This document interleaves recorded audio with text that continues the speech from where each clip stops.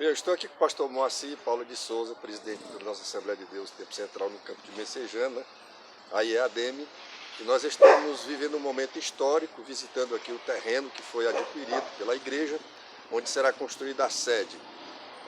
Daqui a 2 anos estaremos completando 80 anos de Assembleia de Deus aqui no campo de Messejana. E desses 80 anos, o pastor Moacir começou já com o pastor Pedro Gomes de Farias, né? Já como membro da igreja, e de lá para cá veio passando pelos pastores que auxiliaram nesse campo, assim como o pastor Zé Freire de Alencar, Osmar Lima Silva, o pastor Pinheiro, e esse é um projeto que vai entrar na história do pastor Moacir.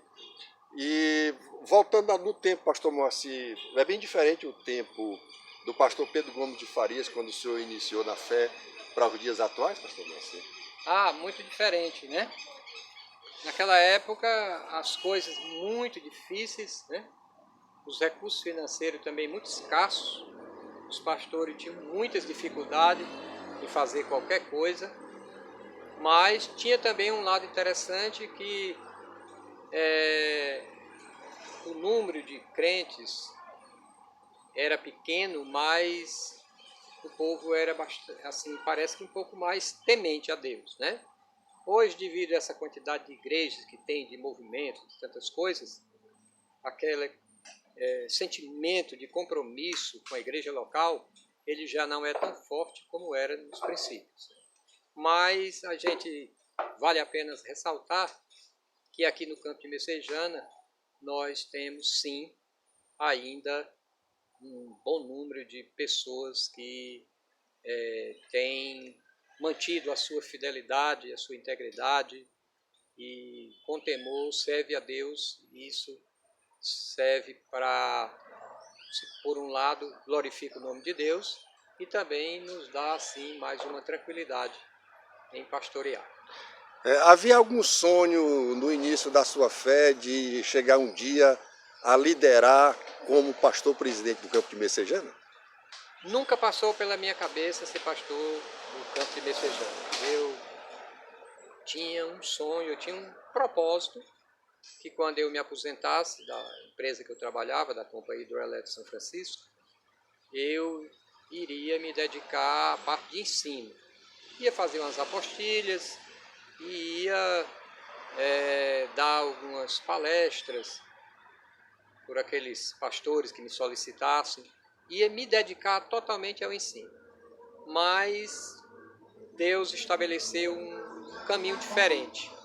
Ele tinha propósitos, já tinha me feito algumas promessas e essas promessas foram realmente cumpridas e tudo mudou na minha vida, né? De repente eu me acho como pastor da igreja de Messejana, com uma grande responsabilidade, um desafio muito grande, mas o que a gente pode dizer é que até aqui nos ajudou o Senhor. Pastor Moacir, como é liderar tanta mente, tanto comportamento diferente? A gente sabe que cada obreiro às vezes pensa diferente um do outro, e são situações que às vezes colocam o senhor em situação adversa. Como é que o senhor conseguiu lidar com esse tipo de comportamento da igreja de hoje, pastor?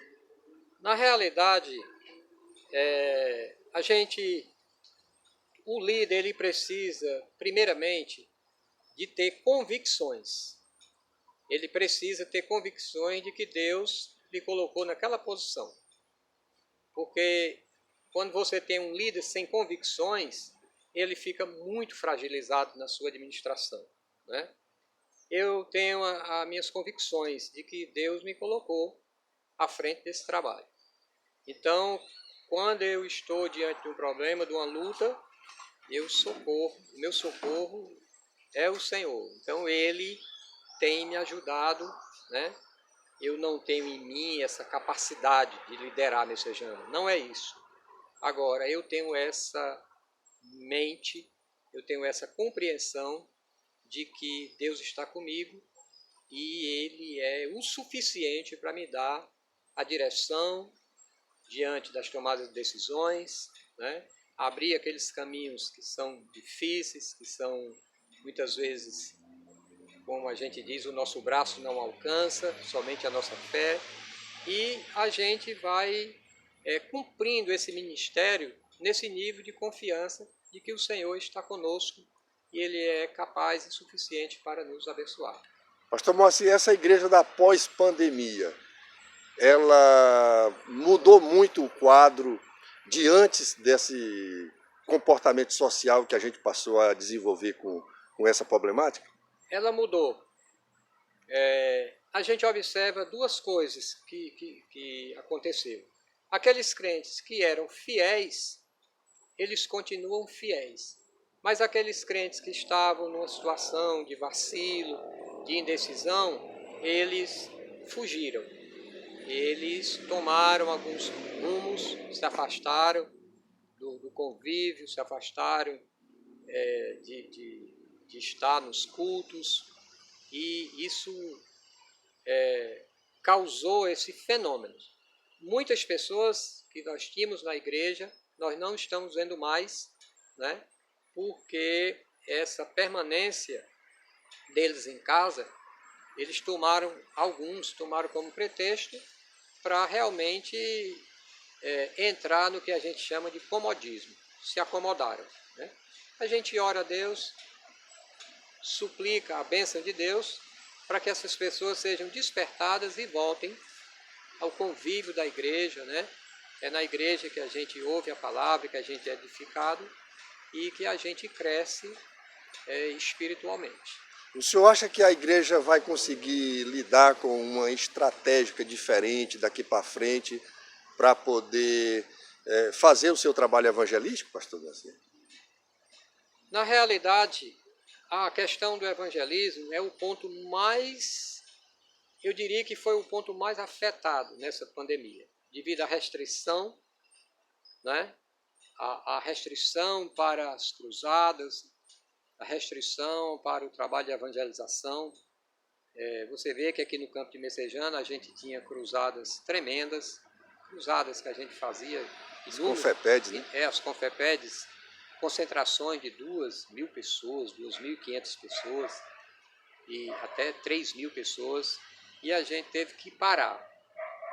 E hoje, as cruzadas, na atualidade, na minha visão, é um dos meios assim, mais atraentes para conduzir almas ao reino de Deus. Até mais do que o evangelismo pessoal.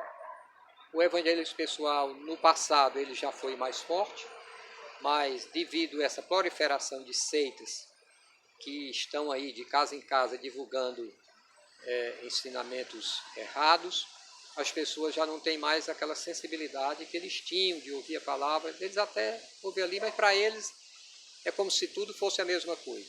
Mas a cruzada é aquele momento de concentração, onde a pessoa está ali e ela para realmente para assistir aquele trabalho e para ouvir aquela mensagem que está sendo pregada, com muita ousadia, com muito cuidado, o pregador, e os efeitos são... Então, nesse ponto aí, a igreja está perdendo muito. Mas eu creio que, normalizando a pandemia, esses trabalhos eles retornem num ritmo bem significativo. Eu já vou terminar, pastor, porque eu sei que o senhor já está apressado para voltar para o culto. Mas a gente viveu um momento histórico, muito histórico hoje, agora à tarde. Muitos obreiros adentraram aqui ao terreno, 4.000 metros quadrados de área. E esse projeto do novo templo estava no seu coração, mas o senhor imaginou algum dia estar aqui fazendo essa entrevista, observando uma área em uma localidade bem central de Messejana e praticamente está com os louros da vitória já coroados com a aquisição dessa área? Tem alguma emoção a mais, pastor? Na realidade, o nosso pensamento, como o pensamento da maioria, é que nós fizéssemos o novo templo lá onde nós tínhamos a nossa sede antiga, né? E na nossa visão, a visão tem um versículo bíblico que diz que o planejar é do homem, mas o executar é de Deus. O nosso planejamento era para lá. Mas hoje a gente chega à conclusão de que nós, se tivéssemos feito lá, nós tínhamos resolvido uma demanda imediata, inicial, mas com o futuro próximo nós íamos ter problemas, porque o espaço não seria suficiente. Nós iríamos fazer o templo, não tinha onde estacionar, nem um carro, né? E o imóvel que nós estamos adquirindo aqui, na realidade 4.150 metros quadrados, nós vamos usar aí talvez 50% para a construção de um templo e 50% nós vamos deixar para estacionamento. Então, o que eu vejo, o que eu concluo com isso? Que Deus é poderoso para fazer mais do que o que nós pensamos ou imaginamos. Então, é a minha conclusão. No campo, essa é a última. No campo da história, pastor, e eu não poderia deixar de fazer essa pergunta, porque eu lido com a história e a gente sabe da importância que a história tem para as gerações que vão vir, né? Caso Jesus não volte, as próximas gerações gostariam de saber o que aconteceu na geração passada. E eu tenho cuidado de conservar esta história. E o senhor, na qualidade de pioneiro das Assembleias de Deus do campo de Messejana, o senhor acha que na conclusão desse campo, né, a gente pode fazer uma unidade de uma ligação com o nosso museu, que já está sendo montado aqui no campo de Messejana, para que a gente possa conduzir mais ainda eu diria essa necessidade que a igreja não pode abrir mão, que é de conservar a sua história. Com certeza. Com certeza, essa concretização, né, vamos dizer assim, da organização, da história do campo de Messejana, de tudo que aconteceu, dos obreiros que já passaram por aqui, que deixaram a sua história, deixaram o seu legado, e isso com certeza é de uma importância muito grande. E o museu ele tem um papel importante e que com certeza não ficará de fora nesse projeto. Eu penso que ele vai ser incluído nesse projeto, com certeza. Oh, que maravilha. Então, as suas considerações finais aí, pastor Moacir, e eu já quero agradecer por essa pequena entrevista, porque ela vai ao ar através do nosso link aí do museu, né? E é um registro histórico que a gente vai fazer já para... Eu só quero aproveitar esse momento para dizer que nós estamos satisfeitos com o que Deus está fazendo.